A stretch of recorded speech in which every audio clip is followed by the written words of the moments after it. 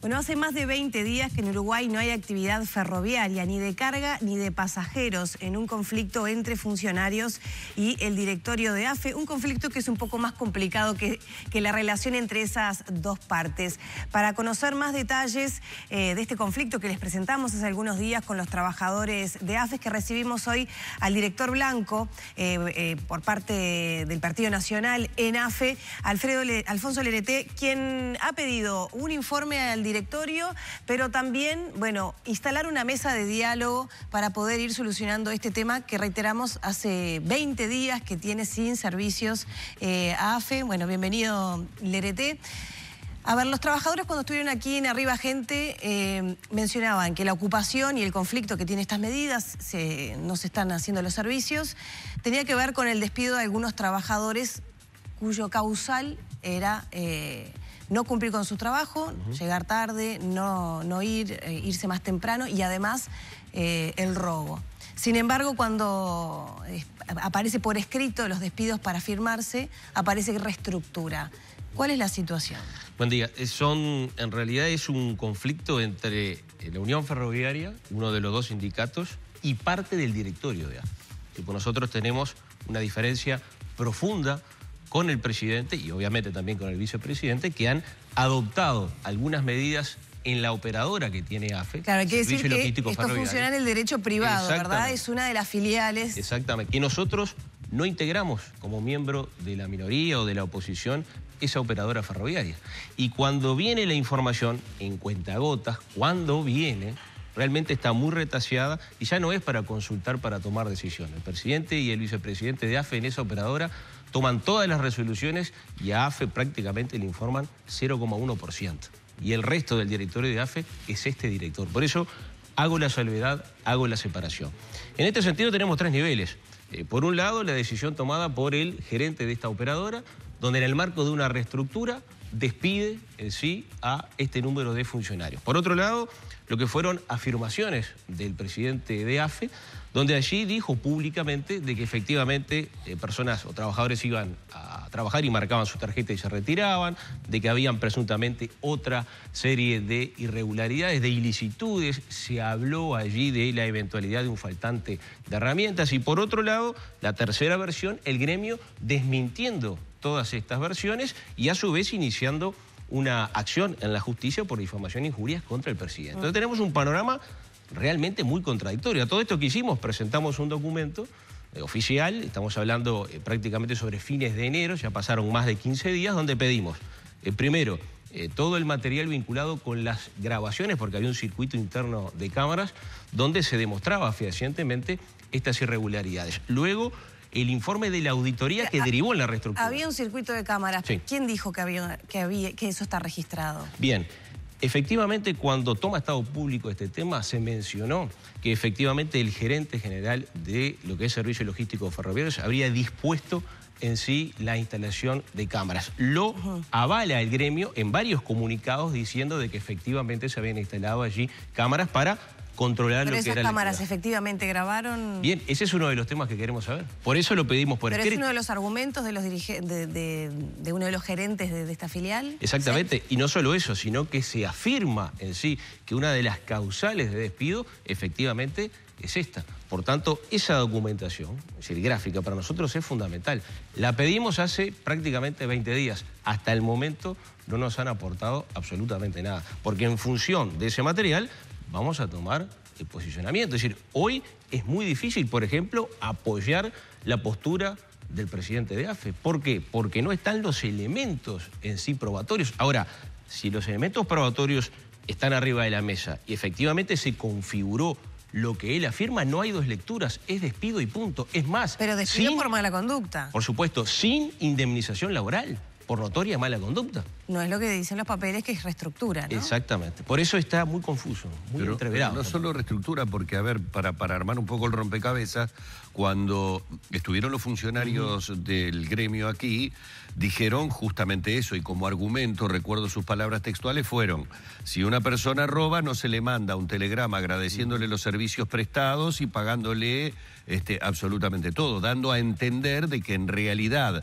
desde el punto de vista formal, ha habido quedó como un reconocimiento tácito a que la causal de despido no es por un ilícito, no es por un delito, con lo que entonces sí es absolutamente lógico que haya un juicio por daños y perjuicios, por la puesta, digamos, a la consideración pública de una situación de funcionarios que teóricamente no incurrieron en ningún ilícito. ¿Esto fue así? ¿Llegó esa comunicación? Eso es una parte.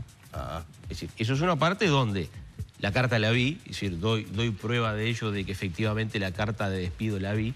Es decir, había una afirmación de que era en el marco de una reestructura y se le indicaba que pasara por personal a los efectos de pagar la indemnización laboral, los créditos laborales. Pero ante una notoria mala conducta, el trabajador no tiene derecho. Obvio. O por lo pronto, uno a priori puede observar que no tendría derecho. Por eso es la contradicción. Pero por otro lado, yo trato de hacer el recurso de empatía con quien tomó la decisión, el gerente general y en este caso el presidente de AFE y el vice. Algún elemento deben tener, supongo que deben tener. Es decir, quiero creer que existen elementos probatorios de que efectivamente esto sucedió, porque si no somos rehenes de esa situación. Hace casi 20 días, hace 20 días que está paralizado el transporte ferroviario en Uruguay. No hay transporte de carga, no hay transporte de pasajeros. Entonces este director no va a ser rehén de esa decisión. Ahora, si efectivamente se confirmó, bueno, pues bien, que se resuelva este tema, presentando las pruebas y se terminó el asunto. Pero si efectivamente sucedió un ilícito, administrativamente hay un grave error porque no tiene ninguna potestad sobre los dineros públicos alguien de determinar que le va a pagar una indemnización por despido a alguien a quien no le corresponde. Por eso, insisto, hay que presentar los elementos probatorios. Presentamos este documento en AFE. Hasta el momento pasaron 2 directorios. El presidente pidió un poco más de tiempo, pero no hemos tenido la contestación. Sí, ese documento 25, fecha 25 de enero. No hubo respuesta. No hubo respuesta. En el primer directorio se nos dijo que recién se había leído el documento, que se pretendía profundizar. Pasó el segundo directorio, tampoco vino el informe. Y para nosotros es muy importante porque allí está un poco la piedra en el zapato de todo esto. Es decir, bueno, que se muestre en sí la información y se liquida el tema por un lado o por el otro. Es decir, porque efectivamente se comprobaron las ilicitudes y las irregularidades y administrativamente lleva su curso, pero también se debería haber hecho una denuncia, que supongo que la deben haber hecho en el ámbito policial y judicial, y por otro lado se desata este conflicto, porque este conflicto ya lleva más de 20 días y estamos hablando de paralización de carga y de pasajeros. ¿Qué ve usted que hay por detrás de este conflicto? Los trabajadores estuvieron acá, dieron a conocer su parecer, afirman que esto viene además enmarcado en una reestructura de AFE a través de estas empresas que funcionan con derecho privado, que contratan a extranjeros y que de alguna manera se quiere desmantelar a AFE para funcionar después de otra manera y que acá hay capital humano que puede realizar esas actividades. Bien. Yo voy a separar AFE de lo que es la operadora. En este caso, AFE, ente monopólico que desarrolla 2 tareas, la parte de infraestructura, entre comillas, porque está muy tercerizado el servicio, y después pasajeros, que ahí sí 100% es desplegado, en este caso, por los funcionarios de AFE. La operadora, ¿sí?, que tiene muy corta vida, estamos hablando de no más de 3 años, realmente no ha podido despegar. Esa es la realidad. Cuando digo no ha podido despegar, estamos hablando de pérdida de clientes, de la cartera que AFE le traspasó en su momento a Servicios Logísticos Ferroviarios, pérdida de carga, lo que transportaba AFE fue cayendo mes a mes, año a año. Hoy no se transportan más de 470.000 toneladas anuales y evidentemente eso ha generado un descrédito y que los clientes no confíen en esta operadora. Ni hablar, porque seguramente capaz que ustedes me lo plantean, si esta operadora debería transportar la carga de UPM, la eventual UPM2. Ni hablamos de ese tema, porque evidentemente no está dando las garantías, ni va a dar las garantías en este tiempo de efectivamente poder realizar esa tarea, en este caso de que se concrete. Entonces, yo separaría a AFE de lo que es la operadora. Si tú me preguntás qué está pasando hoy en la operadora, creo que muchas cosas. Me estoy refiriendo fundamentalmente a que en algún momento habrá que pasar raya y efectivamente confirmar si lo que fue el invento, si lo que fue la invención, si lo que fue la creación de esta operadora se justifica o no. Eso por un lado. Pero por otro lado también hay un rumor, y ojo que ese rumor desde que asumí el 9 de julio del 2015 está circulando en AFE y que proviene desde el Ministerio de Transporte y Obras Públicas, de que en el marco de lo que es la reestructura de AFE y cómo está AFE, y quizás convenga paralizar AFE por un tiempo para reordenarla. Eso está. Es decir, nadie se hace eco de ese rumor. pero que están los corrillos de AFE, que están las estaciones, que están los galpones, que están los distintos ámbitos del ente, está. Y cada vez que un funcionario me llama preguntándome eso, le tengo que decir que no tengo información. Pero más de 15 o 20 me lo han planteado en los últimos 6 meses. Eso fue algo que en esta mesa, sobre el final de la nota, con los integrantes del gremio, les pregunté directamente si detrás de esto podía existir algo que inclusive pudiera tener que ver con el famoso tema del proyecto de UPM, porque uno como ciudadano ha visto que desde el surgimiento de la posibilidad de la inversión de UPM ha habido problemas con el gremio. Recordemos cuando vinieron los técnicos finlandeses, aquellos paros que se realizaron coincidentemente cuando los técnicos finlandeses tenían que chequear de qué manera se encontraban las vías férreas. O sea, ha habido allí algunas idas y vueltas que uno desprevenidamente puede leerlas como cierto resquemor o cierto enfrentamiento. Y sin una confirmación, porque nos lo dijeron, pruebas no tenemos, nos hablaron de esto, de que había como una suerte de mar de fondo que puede tener que ver con esta situación. ¿Es lo que se está planteando entonces? Muchos funcionarios me lo han planteado. Obviamente que uno no se puede hacer eco de un rumor ni mucho menos, pero sí comenzar a ver en su globalidad qué es lo que está pasando. ¿Y qué es lo que está pasando, en su entender? Y creo que acá hay que tomar el toro por las astas. Acá el ministro de Transporte y Obras Públicas, Víctor Rossi, tiene que poner fin a este conflicto. Y tiene varias opciones. La primera, decirle al presidente de AFE, muestre toda la documentación. Y evidentemente el gremio, estoy seguro que no va a apoyar a trabajadores que cometieron ilicitudes. Ahí se termina. La segunda, hoy está ocupado un establecimiento público. Hay un decreto al respecto, que es muy claro y que hay que desocupar de manera inmediata. ¿Por qué no se ha actuado? ¿Qué es lo que está pasando?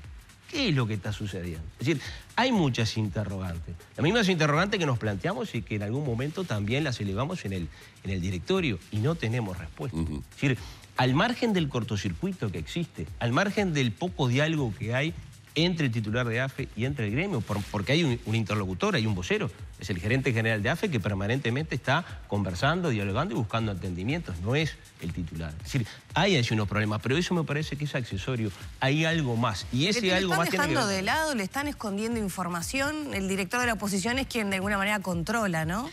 Esto se empezó a suceder desde que asumí. El mismo gerente de la operadora que hoy está en funciones y que trabajaba, en ese momento era el secretario general de AFE, lo primero que le dijo a los gerentes de AFE, a todos, no le den información al director Blanco. O sea, que tiene mala relación con el director. Pero yo lo puedo decir eso sin problema porque fue así. Más de un gerente me dijo, perdóneme, director, yo no le puedo dar información porque tengo órdenes de no dárselas. Eso fue cambiando con el tiempo, obviamente, ¿no? Es decir, fuimos dialogando, fuimos buscando otros caminos de acercamiento. ¿Cómo es la relación ahora con el director? Y la relación es una relación muy complicada. Es una relación difícil porque a todas las actividades que el directorio, me refiero presidente y vice, desarrollan, este director se lo deja de lado. Pero ¿sabe una cosa? Como los trabajadores son muy buenos en el sentido de que quien va a buscar información y se apoya en ellos, le brindan esos datos. Claro. Yo me zambullí en los trabajadores y he recorrido todo el país. Y me cuesta más, me cuesta el doble, porque de repente la información me tendría que llegar de manera más rápida, que no pasa eso. Pero al zambullirme en los trabajadores he logrado ese ida y vuelta que realmente es muy fructífero. Me cuesta más conseguir la información, pero la consigo. Por eso hemos podido controlar, por ejemplo, que no se comprara un auto de alta gama por valor de $50.000 para servicio exclusivo del presidente, el vicepresidente y el director. Dijimos que no y no salió. Por eso controlamos una obra que se iba a pagar $500.000 más y que efectivamente el empresario la quería cobrar y lo planteamos en el directorio y no salió. Por eso este director, desde que asumió la fecha, no ha pasado ningún viático ni de alimentación, hospedaje, nada. Es decir, son señales que hay que dar, porque estamos en un ente subsidiado. ¿Hay despilfarro en la operadora de AFE? La operadora, lo que sí puedo decir es que no puedo controlar, porque no tengo presencia allí. No tiene presencia el Parlamento, no tiene presencia el Tribunal de Cuentas, no tiene presencia este director de la oposición.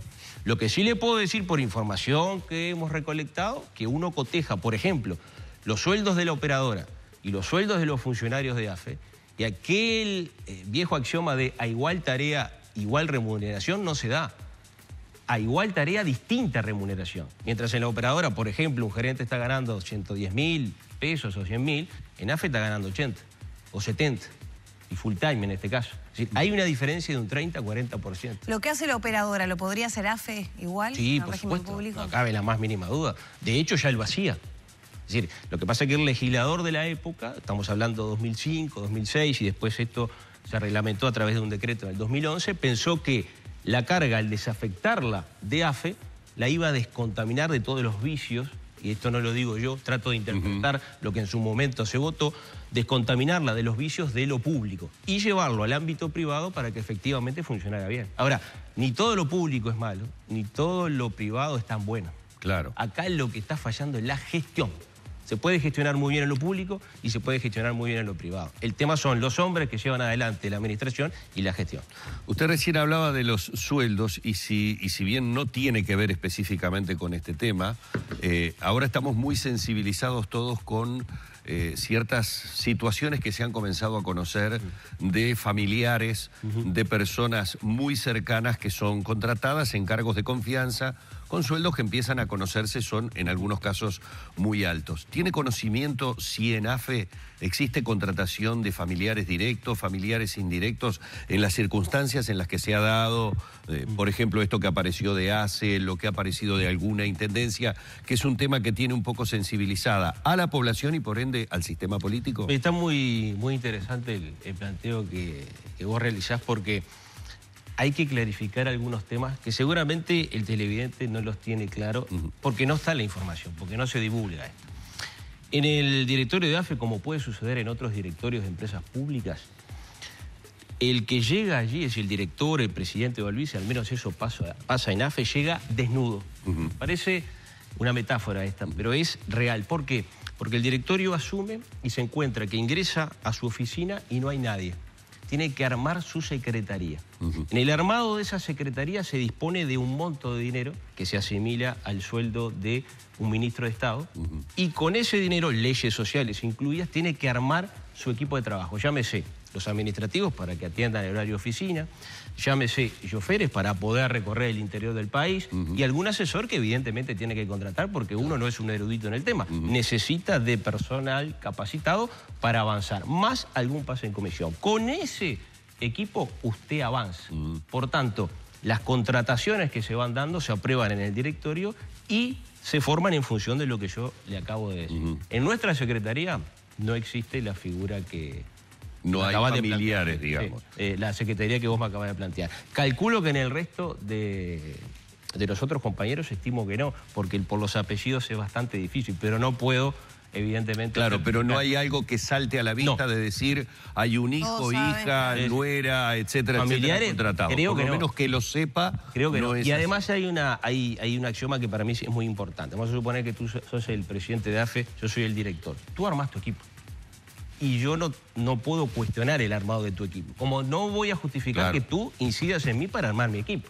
Obviamente hay casos que son de repente muy llamativos a la vista. Exacto. Estamos hablando de gente con antecedentes, etcétera, etcétera, que allí sí uno trata de cuidar, es decir, no contratar.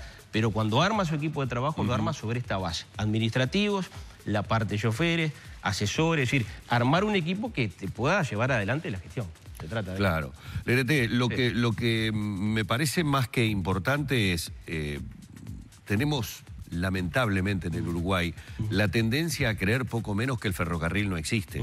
Y entonces, de alguna manera esto colabora y conspira a que en un tan prolongado conflicto de 20 días de paralización, parecería ser que obviamente no tiene la misma importancia o repercusión que si tenemos esa misma situación en torno a los combustibles, al supergas, por decirle cualquiera de las situaciones en las que inmediatamente con una semana de conflicto los medios estaríamos con una repercusión mucho mayor. ¿Cuál es la incidencia que tiene? Es decir, cuando hablamos de la paralización, cuando hablamos de que en este momento Uruguay no tiene ferrocarril, ¿de qué estamos hablando? ¿A cuánta gente estamos afectando? ¿Cuántos sectores se están viendo afectados? Bien, carga y pasajero. Carga. Básicamente no podemos llevar el combustible por tren hacia lo que es 33, que allí hay una zona de distribución después. También a Durán. Hay un tema de combustible porque ANCAP lleva con los tanques cisterna combustible a estas dos plantas. Bien. Primera afectación. Primera afectación. Luego después hay clientes que, en el caso de 33, como llaman, que trae su arroz para exportar también debe tener su afectación. Y otras empresas que vienen desde el norte del país con madera procesada que seguramente también se habían afectado. Eso en cuanto a la carga. Pasajeros. 1.200 personas por día utilizan el ferrocarril entre Montevideo y 25 de agosto. Muy especialmente Las Piedras, 18 de mayo, municipio, el Progreso, La Paz, es decir, el área metropolitana, Canelones en particular. Esas 1.200 personas hoy se están viendo perjudicadas, no cabe la más mínima duda. Quiero hacer una salvedad. Hubo un servicio de emergencia o una guardia gremial que planteó el sindicato, que funcionaba sobre la base de 2 turnos hacia 25 de agosto, saliendo desde Sayago. Eso estaba. Por decisión del gerente general, que no compartimos, también se dejó sin efecto. Es decir, yo creo que hoy día el tema pasajeros es uno de los temas más complicados porque ya me han llamado usuarios de 25 de agosto que se van a empezar a movilizar y los voy a apoyar, eso no cabe la más mínima duda. Lo que sí queda claro también que en las negociaciones que hubo, el gremio planteó, porque me lo manifestó, incorporar el servicio de pasajeros, es decir, que se reanudaran las líneas y aparentemente no tuvo eco del otro lado. Sí, eso se dijo acá, que la empresa consideraba que no estaban dadas las condiciones, no les permitió a los funcionarios. ¿Están cuantificadas las pérdidas? Y ahí me refiero para AFE, porque AFE de alguna manera no tiene el 51% de las acciones de esa operadora. En estos días, ¿cuánto se pierde? Ese es otro de los informes que vamos a pedir. Básicamente los clientes afectados, las toneladas que no se pudieron transportar, la afectación económica que va a tener la operadora, porque evidentemente se paga un canon. Es decir, hay un canon que se le paga a la operadora en sí, es decir, por el transporte de la mercadería, pero hay un canon que se le paga a AFE por el uso de la vía. Es decir, pierde la operadora, pero pierde AFE. Es decir, parece ilógico que en este caso AFE, que integra también la operadora, pierda por parte doble. Bueno, allí va a haber un informe que evidentemente nos va a tener que detallar esa situación. Pero por el otro lado, pasajeros también. Yo creo que pasajeros hoy es bastante crítica, muy crítica la situación, porque el que utiliza el ferrocarril es el trabajador que no le da quizás para pagar un ómnibus que lo pueda llevar más rápido o que quizás lo pueda tomar en la puerta de su casa. Tiene que caminar 7 u 8 cuadras para ir a lo que es la estación de Las Piedras, 18 de mayo, tomarse ese ferrocarril y venir hacia Montevideo. Allí hay una afectación muy grande. Las compras de esos vagones de Europa entonces ahora quedó ahí. O sea, ya están acá, pero sí, están prontos. No se están usando. Nos informaba el gerente de material rodante que ya están operativos y además hay otro tema que me preocupa mucho. ¿Pero los compraron hace cuánto? Esto fue el año pasado. Sí, era invierno y yo lo fui a mostrar. A principio, estamos hablando de marzo. Qué lindo. Febrero del pasado. Hace un año. Se ¿Todavía adaptaron. no se están usando? No. Es decir, se hicieron pruebas para ver cómo funcionaban en la vía, están funcionando bien, pero hay otro tema también. Que hoy esté interrumpido el servicio, que no se pueda cumplir el 25 de agosto, nos complica la segunda línea que nosotros íbamos a lanzar, que es Montevideo en Palme de Olmo, pasando por Suárez, Pando, todo eso. Es decir, nos complica eso, porque evidentemente, ¿cómo vamos a lanzar una segunda línea cuando está planteado este conflicto, ¿no? Ya tenemos que cerrar, pero usted hace algunos días también mencionó, en este contexto que estamos ahora agravado por este conflicto, que si bien AFE ha reducido drásticamente en el correr de los años la cantidad de funcionarios y también de tareas, las gerencias se mantienen, la cantidad de gerencias, que son 11. Bueno, eso es lo que nos está uniendo el directorio. ¿Sí? Algún punto en común tenemos que tener, porque si no es muy difícil poder trabajar. La reestructura, que la comparte el gremio también, ya avanzó en su primera fase. La primera fase es bajar de 10, 11 gerencias a 5, porque estamos hablando de una... Pero todavía siguen las 11. Todavía siguen las 11. En su momento AFE reportó 10.800 funcionarios en todo el país y se justificaban las 11 gerencias. ¿En qué año? Estamos hablando de la década de los 70, hasta el año 87, cuando allí colapsó el servicio de pasajeros y se empezó a redistribuir los distintos funcionarios públicos en el Estado, las excedencias. Pero las gerencias siguieron. Las gerencias siguieron. Sin actividad prácticamente. Es decir, algunas con muy poca actividad y otras con la actividad que hoy se desarrolla, pero no justifica 11 gerencias. Hay que bajarlas a 5. Y esas 5 gerencias van a ser la futura AFE que se está planificando. En eso estamos todos de acuerdo. Y eso hay que votarlo seguramente en el próximo directorio. El gran tema es que todo esto ha postergado esa decisión.